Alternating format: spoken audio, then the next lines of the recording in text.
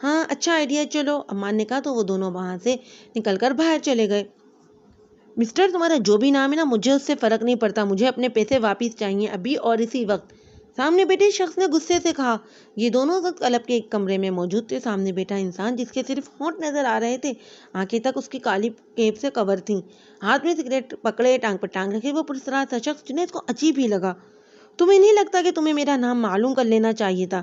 اس آدمی نے ٹرے میں سگریٹ کو تھوڑا سا جھجکتے ہوئے جنید کو دیکھتے گمبھیر لہجے میں کہا۔ میں نے کہا نا، مجھے دلچسپی نہیں ہے تمہارا نام جاننے میں، مجھے صرف میرے پیسے واپس کرو، جنید نے مقابل کی بات کو خاطر میں لائے بغیر کہا۔ افسوس کے مرنے سے پہلے تمہیں ماننے والے کا نام بھی معلوم نہیں ہوگا، مقابل نے کہتے ہی اپنی سائنس لگی گن کو جنید کے ماتھے کے درمیان رکھا اور ٹریگر دبا دی۔ یہ سب کچھ ایک سیکنڈ میں ہوا تھا۔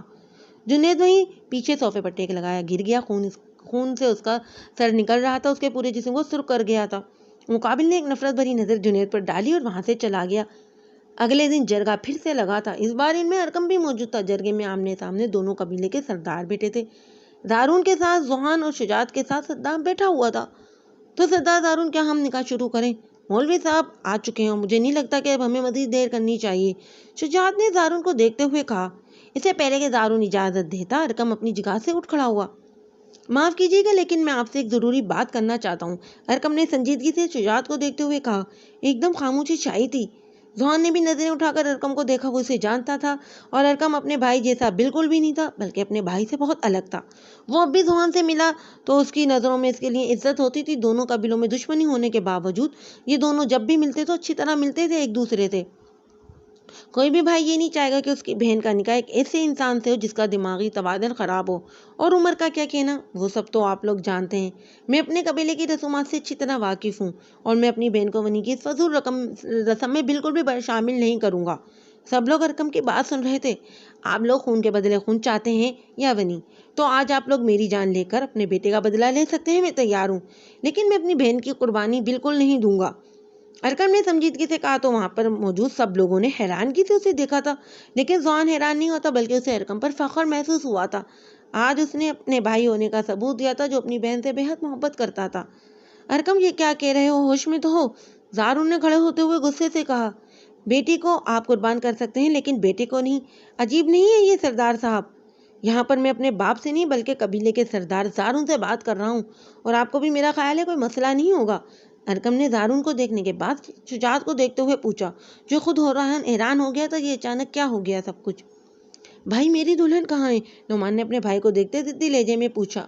زارون، جو بات پہلے طے ہو چکی ہے ہم اسی پر عمل کریں گے، تمہیں اپنی بیٹی کو ونی کرنا ہوگا، یہ فیصلہ پہلے ہو چکا تھا، شجاعت نے تھوڑا غصے سے کہا۔ کیوں؟ ایسا نہیں ہو سکتا، مجھے آپ کا فیصلہ منظور نہیں ہے، آپ کو خون کے بدلے خون چاہیے تھا تو میں حاضر ہوں، ارقم نے اپنا فیصلہ سناتے ہوئے کہا۔ ہم اپنی زبان کے پکے ہیں ارقم، تمہیں مسئلہ اس بات کا ہے کہ تمہاری بہن کا نکاح میرے بھائی کے ساتھ ہونا تھا، تو ٹھیک ہے، تمہاری بہن ونی ہو کر ہماری حویلی ہی آئے گی، تمہاری بہن کا نکاح آج اسی وقت ہوگا، میرے بھائی کے ساتھ نہیں بلکہ میرے بیٹے ذوحان درانی کے ساتھ، کیونکہ ہم اپنی زبان سے پھر نہیں سکتے، اور میری بیٹی کا نکاح تمہارے بیٹے صدام سے ہوگا۔ مرضی تمہاری، اگر تمہیں منظور ہے تو دونوں نکاح ابھی اور اسی وقت ہوں گے، اگر نہیں تو تمہاری بیٹی کا نکاح میرے بھائی کے ساتھ ہی ہوگا۔ شجاعت نے آنکھوں میں چمک لیے زارون کو دیکھتے ہوئے کہا، لیکن اس فیصلے پر ذوحان کے ساتھ ارقم بھی حیران ہوا تھا۔ بابا جان، آپ یہ کیا کہہ رہے ہیں؟ فاطمہ کا نکاح میں صدام سے تو ہرگز نہیں ہونے دوں گا، ذوحان نے اپنے باپ کو دیکھتے ہوئے سنجیدگی سے کہا۔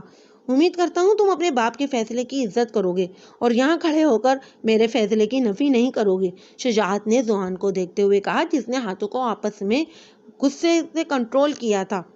بابا جان، آپ فاطمہ کے ساتھ بہت غلط کر رہے ہیں، ذوحان نے کہا تو شجاعت نے اسے دیکھا تھا۔ تمہاری بہن معذور ہے جس کی وجہ سے کوئی بھی اس کے رشتے کے لیے تیار نہیں ہوتا، اور تمہاری بہن دوسرے قبیلے ہی جا رہی ہے، خوش رہے گی، شجاعت نے کہا تو ذوحان تمسخرانہ انداز میں ہنس پڑا تھا۔ اس انسان کے ساتھ خوش رہے گی وہ جس نے اس کے بھائی کی جان لی، ذوحان کہتے ہی خاموش ہو گیا تھا کیونکہ وہ جانتا تھا کہ اب کچھ نہیں ہو سکتا، نہ وہ یہاں کھڑا ہو کر اپنے باپ کے خلاف جا سکتا تھا فیصلے کے۔ ارقم نے یہ تو نہیں سوچا تھا کہ بے شک ذوحان میں کوئی برائی نہیں تھی، لیکن فاطمہ کو وہ دل ہی دل میں چاہتا تھا، لیکن اب انکار کی کوئی خاص وجہ نہیں تھی۔ مجھے منظور ہے شجاعت، ذوحان نے تھوڑی دیر بعد کہا۔ بابا، مجھے اس لڑکی سے نکاح نہیں کرنا، صدام نے غصے سے کہا۔ خاموش رہو ورنہ جائیداد سے آگ کر دوں گا، زارون نے دھمکی دیتے ہوئے کہا۔ تو مجبوراً صدام کو خاموش ہونا پڑا، جائیداد کے بغیر تو وہ شخص کچھ بھی نہیں تھا۔ مولوی صاحب نکاح شروع کروائیں۔ شجاعت نے کہا تو اسی وقت دونوں نکاح پڑھوا دیے گئے۔ زہرا تو بالکل ہی خاموش ہو گئی تھی، اسے فرق نہیں پڑ رہا تھا کہ اس کا نکاح کس سے ہوا ہے، اسے تو یہی پتا تھا کہ اس کا نکاح نعمان سے ہوا ہے۔ زندگی تو ویسے ہی اس کی خراب ہو چکی تھی، لیکن فاطمہ کے لیے یہ بات ناقابل برداشت تھی۔ اس نے تو سوچا ہی نہیں تھا کہ اس کا نکاح اس انسان سے ہوگا جس نے اس کے بڑے بھائی کی جان لے لی تھی۔ ذوحان نے غصے سے اپنی مٹھیاں بیچی تھی، اسے پرواہ نہیں تھی، لیکن اپنی بہن کی وجہ سے وہ کافی پریشان تھا۔ بابا جان، آپ نے فاطمہ کے ساتھ ٹھیک نہیں کیا۔ نکاح کے بعد ذوحان اپنے باپ کے سامنے کھڑا شکوہ کر رہا تھا۔ تم میری بات کو نہیں سمجھو گے بیٹا، میں نے یہ فیصلہ بہت سوچ سمجھ کر کیا ہے، اور اپنی بہن کو خوشی سے رخصت کرو تم، اور میری ایک بات کو غور سے سن لو، صدام کی بہن کی حیثیت اس حویلی میں نوکرانی سے زیادہ نہیں ہوگی۔ شجاعت نے آخری بات سنجیدگی سے کہی۔ آپ کے خیالات جان کر تو میرا دل باغ باغ ہو گیا ہے، لیکن آپ بھی یہ سوچ لیں جو سلوک سردار دارون کی بیٹی کے ساتھ یہاں ہوگا وہی سلوک میری بہن کے ساتھ بھی وہاں ہوگا۔ ذوحان نے استدعائیہ لہجے میں کہتے رخ موڑ لیا تھا۔ تم اپنی بیوی کو اس کے ماں باپ سے نہیں ملنے دو گے؟ شجاعت نے جسے مسئلے کا حل بتایا تھا۔ بیوی؟ کیا سچ میں وہ میری بیوی ہے؟ ابھی آپ نے کہا کہ اس کی حیثیت اس حویلی میں ایک نوکرانی کی ہوگی، تو ذوحان دران کی بیوی نوکرانی کیسے ہو سکتی ہے؟ میں تو اپنی بیوی کو شہزادی بنا کر رکھوں گا۔ ذوحان نے جیسے اپنے لفظوں میں شجاعت کو بہت کچھ باور کرایا تھا۔ کس نے کہا کہ تمہاری بیوی اس حویلی میں نوکرانی کی حیثیت سے رہے گی؟ ہم سردار شجاعت اپنے بیٹے کی شادی علیشبہ کے ساتھ دھوم دھام سے کریں گے جو اس حویلی میں راج کرے گی۔ شجاعت نے گردن اکڑا کر کہا۔ ذوحان نے سنجیدگی سے اپنے باپ کی طرف دیکھا۔ وہ جانتا تھا کہ اس کے باپ کا اصل مقصد فاطمہ کی شادی کروانا تھا، جو کہ اب ہو چکی تھی۔ ذوحان بنا کچھ کہے فاطمہ کے پاس چلا گیا، جس کے نکاح کے بعد فوراً رخصتی تھی۔ فاطمہ گڑیا، کیا کر رہی ہو؟ ذوحان نے فاطمہ کو دیکھتے ہوئے پوچھا، جو افسردگی سے مسکرا پڑی تھی۔ بھائی، ان سب معاملات میں کہاں سے آ گئی؟ فاطمہ نے اپنے بھائی کو دیکھتے بے بسی سے پوچھا تھا۔ مجھے معاف کر دو فاطمہ، بابا کے فیصلے کے سامنے میں بے بس ہو گیا تھا، وہ بس تمہاری شادی کرنا چاہتے تھے۔ ذوحان نے شرمندہ لہجے میں کہا۔ ان کو اسی بات کی فکر ہوگی کہ ان کی معذور بیٹی کے ساتھ کون شادی کرے گا، اس لیے میرا نکاح اس انسان سے کر دیا جس نے میرے بھائی کی جان لی تھی۔ اور کیا وہ مجھے قبول کر لے گا؟ فاطمہ نے بھیگے لہجے میں کہا۔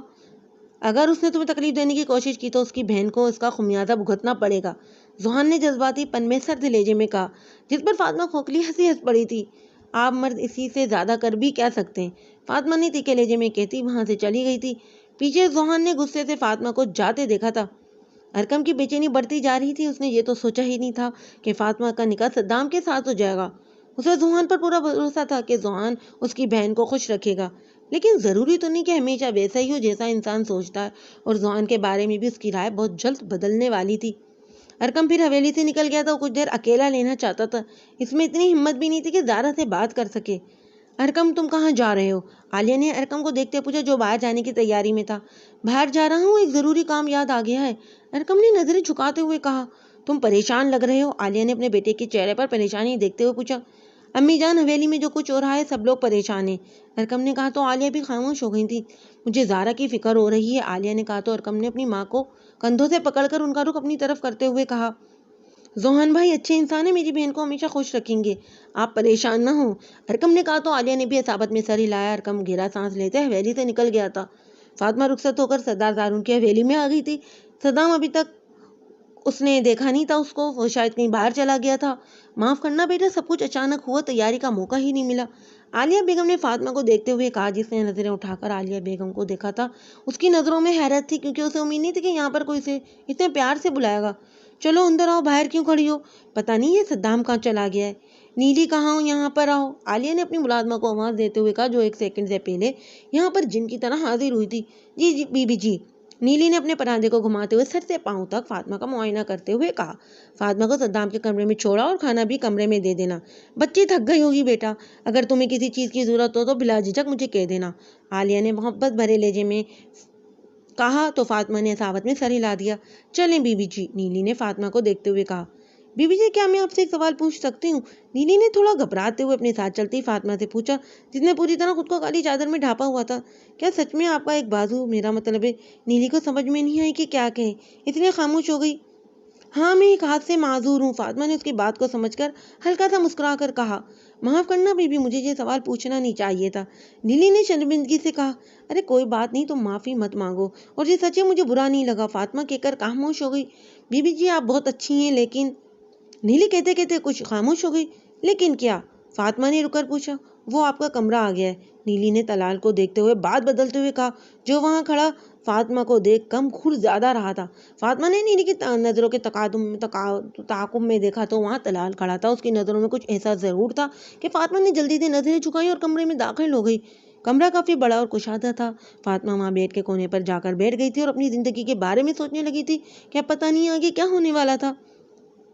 زارا کو آلیان اور زارن نے رخصت کر دیا تھا۔ ان کو امید نہیں تھی کہ ان کی بیٹی کے ساتھ اچھا سلوک ہوگا، لیکن پھر بھی دونوں نے دعا میں اپنی بیٹی کو رخصت کیا تھا، جو بالکل ہی خاموش سی ہو گئی تھی۔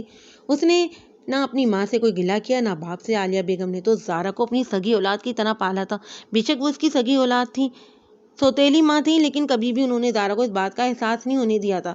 زارا شجاعت کے حویلی میں داخل ہوئی تو اس کی نظریں جھکی ہوئی تھیں۔ ذوحان فاطمہ سے ملنے کے بعد ہی کہیں چلا گیا تھا۔ شجاعت، آپ کیسے میری بیٹی کو اس لڑکی کے بھائی کے ساتھ بیاہ سکتے ہیں؟ اور آپ نے میرے بیٹے کا نکاح بھی اس لڑکی کے ساتھ کروا دیا ہے۔ اس کی اوقات کیا ہے؟ میرے بیٹے کی پیر کی جوتی کے قابل بھی نہیں ہے یہ منحوس لڑکی۔ شکیلہ نے زارا کو دیکھتے ہی اپنے شوہر کو کہا۔ جب سے اسے جرگے کے فیصلے کا پتہ چلا تھا وہ بس سردار زارن کے گھر والوں کو کوس ہی رہی تھی۔ شکیلہ، حوصلہ رکھو، یہ لڑکی ونی ہو کر یہاں آئی ہے اور اسے اس حویلی میں بہو بنا کر نہیں لایا گیا ہے، بلکہ اس حویلی میں ایک نوکرانی کا اضافہ ہو گیا تھا۔ شجاعت نے اپنی گردن اکڑاتے ہوئے اپنی بیوی کو دیکھتے ہوئے کہا، لیکن صاحب، اس لڑکی کو دیکھتے ہی میرا خون کھول اٹھا۔ یہ میرے بیٹے کی قاتل کی بہن ہے۔ شکیلہ اس وقت اتنے غصے میں تھی کہ اپنی بیٹی کے بارے میں بھی بھول گئی۔ میں بتاتی ہوں تیری اوقات کیا ہے۔ آج سے تیرا ایک ایک پل تکلیف میں نے نہ بدل دیا تو میرا نام بھی شکیلہ نہیں۔ شکیلہ نے کہتے ہی زارا کو بالوں سے پکڑا اور اسے گھسیٹتے ہوئے وہاں سے لے گئی۔ برداشت کرنے کے باوجود بھی زارا اپنی سستی کو دبا نہیں سکی تھی۔ شکیلہ نے ایک چھوٹے سے کمرے کا دروازہ کھولا اور زارا کو اندر دھکا دے دیا، جو زمین پر جا گری تھی۔ اس کی کلائی پر بندھی سفید پٹی خون نکلنے کی وجہ سے سرخ ہو گئی تھی۔ یہ ہے تیری اوقات؟ کل صبح حویلی میں سب کا تو ناشتہ بنائے گی، اگر کوئی بھی کوتاہی ہوئی تو انجام بہت برا ہوگا، شکیلہ نے سرد لہجے میں کہا اور وہاں سے چلی گئی۔ زارا نے کمرے کے ارد گرد دیکھا۔ یہ ایک چھوٹا سا کمرہ تھا جہاں سائڈ پر کچھ بستر پڑے تھے۔ زارا کو کمرے کو دیکھ کر ہنس پڑی تھی۔ زارا نے آنسو پیتے دل میں سوچا، جتنی وہ کوشش کرتی کہ اس کے آنسو باہر نہ آئیں، اتنے ہی وہ باہر نکلنے کو بےتاب ہوتے تھے۔ اب تو پوری زندگی ہی ایسے گزارنی تھی، چاہے کچھ بھی ہو جاتا۔ رہنا تو اس نے اسی حویلی میں تھا، چاہے نوکرانی بن کر ہی کیوں نہ رہتی۔ وہ پھوٹ پھوٹ کر رو دی تھی۔ بھابھی، آپ نے شجاعت بھائی سے بات کی؟ علیشبا نے جب سے ذوحان کے نکاح کا سنا ہے اپنے کمرے میں خود کو بند کیے بیٹھی ہے، رو رو کر میری بچے کا برا حال ہو گیا ہے۔ شادیہ نے شکیلہ کو دیکھتے ہوئے کہا، تم فکر مت کرو، میں صاحب سے بات کر چکی ہوں۔ اس لڑکی کا بے شک ذوحان سے نکاح ہوا ہے، لیکن وہ اس گھر میں نوکرانی کی حیثیت سے رہے گی۔ ذوحان کی شادی تو میری علیشبا کے ساتھ ہی ہوگی۔ وہ بدزال لڑکی کبھی بھی اس گھر کی مالکن نہیں بن سکتی، نہ میں اسے بننے دے سکتی ہوں۔ اور ذوحان کو بھی اس لڑکی میں کوئی دلچسپی نہیں ہے، دیکھا تم نے؟ وہ تو نکاح ہوتے ہی وہاں سے نکل گیا تھا۔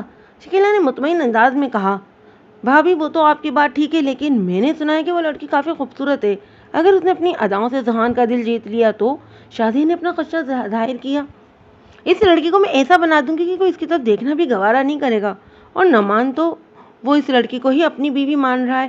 اگر میں اس لڑکی کے کمرے میں رات کے وقت اس کو بھیج دوں تو سوچو، ذوحان تو بدگماں ہوگا، بلکہ اسے پھر سے نفرت کرنے لگے گا۔ شکیلہ نے اپنا منصوبہ بناتے ہوئے کہا، ان سب چیزوں میں وہ اپنے بیٹے کی موت اور فاطمہ کو بالکل ہی فراموش کر چکی تھی۔ بھابھی، آپ نے تو پہلے ہی سب کچھ سوچ رکھا ہے۔ میں علیشبا کو سمجھانے کی کوشش کرتی ہوں، اس نے کھانا بھی نہیں کھایا۔ شادیہ نے وہاں سے اٹھتے ہوئے خوشی سے کہا، ہاں ہاں جاؤ تم۔ شکیلہ نے کہا تو شادیہ وہاں سے چلی گئی۔ نکاح مبارک ہو ذوحان دورانی، امان نے ذوحان کو دیکھتے ہوئے کہا، جو اپنے ہاتھ کی 2 انگلیوں سے اپنی کنپٹی کو دبا رہا تھا۔ شٹ اپ امان، میں بالکل بھی مذاق کے موڈ میں نہیں ہوں، ذوحان نے کھجانے والی نظروں سے امان کو دیکھتے ہوئے کہا۔ خیر، مذاق کا موڈ تو میرا بھی نہیں ہے، لیکن دوست ہونے کے ناطے مبارکباد دینا میرا فرض ہے۔ ویسے بھی میں جرگے میں موجود تھا۔ ارکم نے کافی بہادری کا مظاہرہ کیا، اور ایک عورت کی زبان سے میں نے یہ بھی سنا کہ وہ کہہ رہی تھی کہ شکر ہے سردار ذوحان کی بیٹی کا نکاح اس پاگل کے ساتھ نہیں ہوا۔ وہ لڑکی تو کافی خوبصورت ہے جسے سردار شجاعت کے بیٹے کا نکاح ہوا ہے۔ کیا یہ سچ ہے؟ امان نے سنجیدگی سے کہا، وہ نہیں جانتا تھا کہ وہ مزید ذوحان کو غصے کو ہوا دے چکا ہے۔ تم نے اگر اب ایک لفظ بھی زبان سے نکالا تو جان سے مار دوں گا میں تمہیں، ذوحان نے اسے دھمکی دیتے ہوئے کہا، جس کا اثر بھی اماد پر ہوا تھا۔ ٹھیک ہے، کچھ نہیں کہتا، اور حویلی جاؤ، پتہ نہیں تمہارے ظالم گھر والوں نے اس بیچاری کے ساتھ کیا سلوک کیا ہوگا۔ امان نے اس بار سنجیدگی سے کہا، تمہیں اس کی اتنی فکر کیوں ہو رہی ہے؟ ذوحان نے تکھے لہجے میں پوچھا۔ وہ معصوم ہے، اس لیے مجھے اس کی فکر ہو رہی ہے، کیونکہ تمہاری حویلی میں اس کی فکر کرنے والا کوئی نہیں، اس کا اپنا شوہر بھی نہیں۔ امان نے سخت لہجے میں کہا، مجھے ایک بات سمجھ نہیں آتی، میرے علاوہ تم حویلی کے ہر انسان سے اتنی نفرت کیوں کرتے ہو؟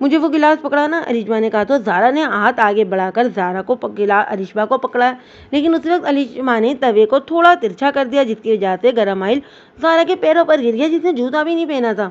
گرم تیل گرنے کی وجہ سے زارا کی چیخ پورے کچن میں گونجی تھی۔ جلن کی وجہ سے اس کی آنکھوں میں پانی آ گیا تھا۔ اوہ دھیان سے دیکھو، تمہارا پیر جل گیا ہے، پتہ نہیں تمہارا دھیان کہاں تھا، علیشبا نے چہرے پر مصنوعی پریشانی لاتے ہوئے کہا تو زارا نے سرخ آنکھوں سے اسے دیکھا۔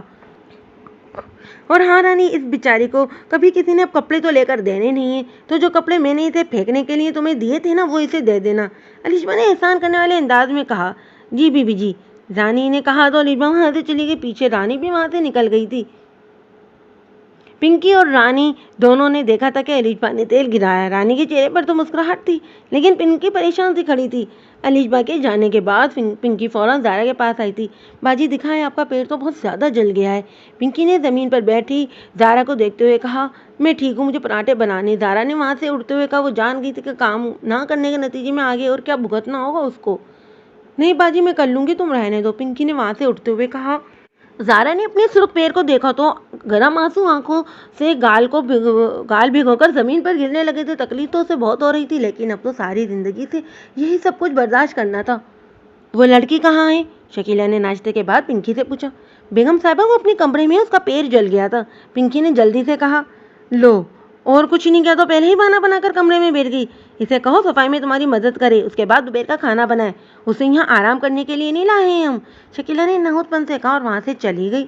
پنکی، یہ لے میرا سوٹ اور اس لڑکی کو کہ پریس کر دے، مجھے مارکیٹ جانا ہے، شکیلہ کی جانے کے بعد شادیہ نے وہاں آتے پنکی کو دیکھتے ہوئے کہا۔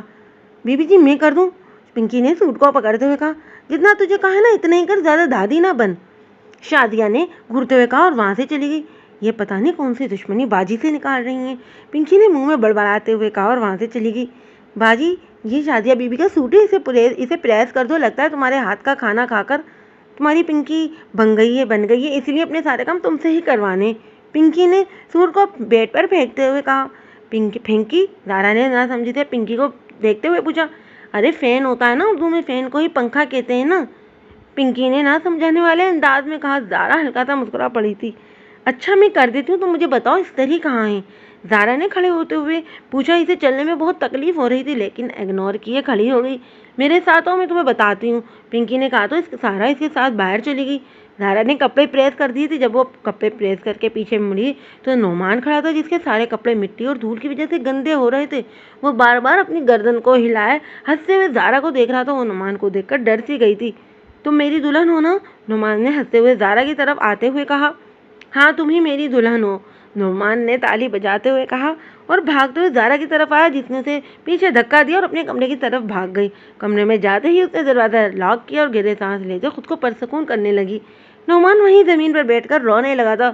میری دلہن نے مجھے دھکا دیا ہے بھائی، میری دلہن نے مجھے دھکا دیا ہے، یہ کہتی نعمان اونچی آواز میں رونے لگا تھا۔ ملازم نے اسے وہاں آ کر سنبھالا اور اسے کمرے میں لے گئے۔ اس کی چیخیں زارا کو دہلا رہی تھیں۔ بھابھی جی کیسی ہیں آپ؟ طلال جو اپنے کمرے کی طرف جا رہا تھا، اس نے فاطمہ کو اپنے کمرے سے باہر آتے دیکھا تو اس کے پاس چلا گیا۔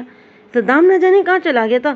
فاطمہ کمرے میں بند بور ہو رہی تھی، اس لیے باہر آ گئی، لیکن سامنے ہی طلال نظر آ گیا تھا۔ فاطمہ چہرے پر ناسمجھی کے تاثرات لیے طلال کو دیکھا۔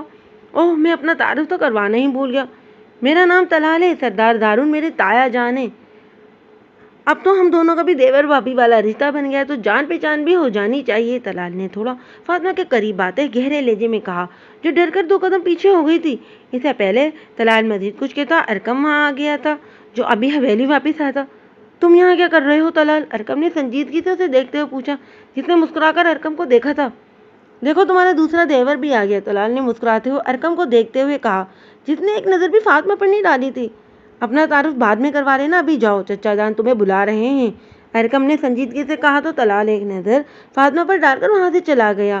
اس انسان سے دور رہیے گا، یہ آپ کے لیے اچھا ہوگا، ارکم نے بنا فاطمہ کو دیکھتے ہوئے کہا اور وہاں سے چلا گیا۔ فاطمہ نے حیرانگی سے چاہتے ہوئے ارکم کو دیکھا، جس نے ایک نظر بھی اس کو نہیں دیکھا تھا۔ ارے فاطمہ بیٹا، اٹھ گئی تم، ناشتہ کر لو، عالیہ بیگم نے فاطمہ کو دیکھتے ہوئے کہا، جس کے ساتھ عظمیٰ بیگم بھی موجود تھیں۔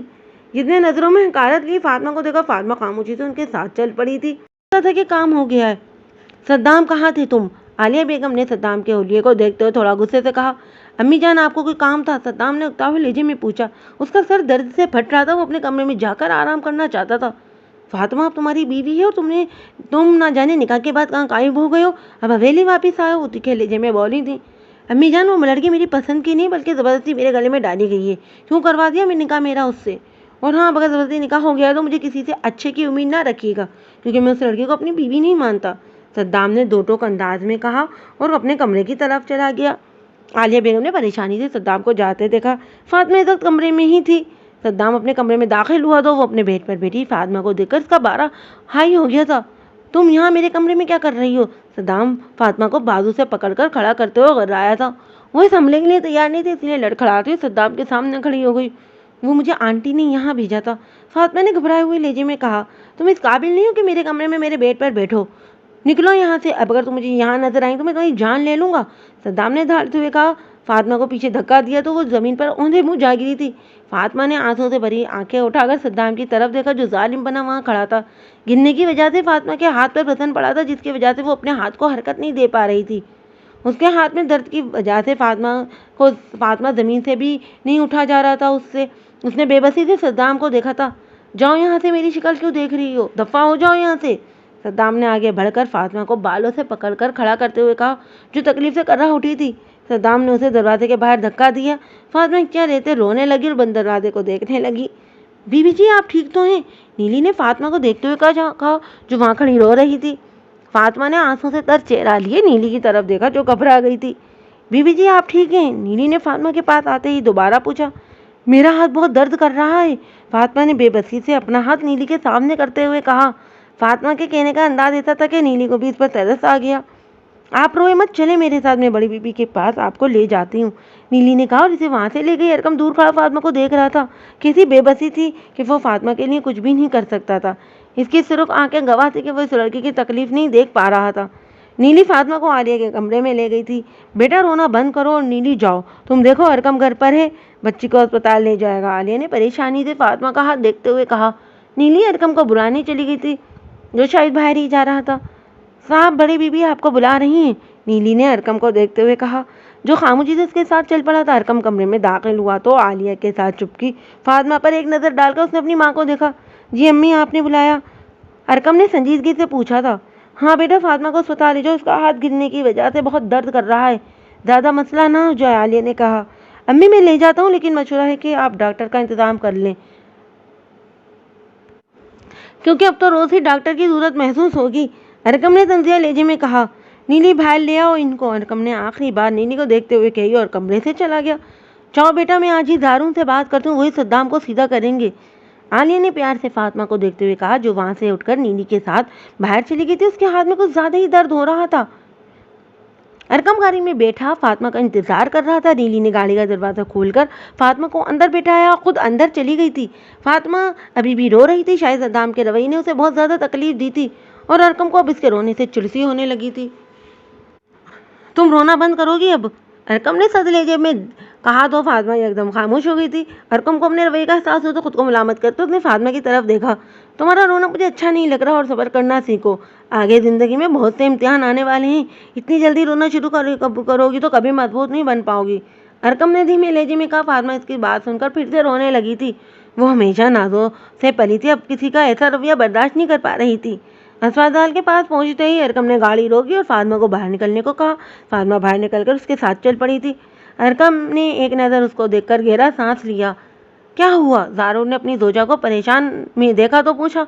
زارون صدام کو زہرا کا ذرا بھی احساس نہیں ہے، جو کچھ میری بیٹی اور فاطمہ کے ساتھ ہوا ہے صرف اسی کی وجہ سے ہوا ہے، اسی کی وجہ سے میری بیٹی بینی ہو کر گئی ہے اور اسے ذرا سی بھی پرواہ نہیں ہے۔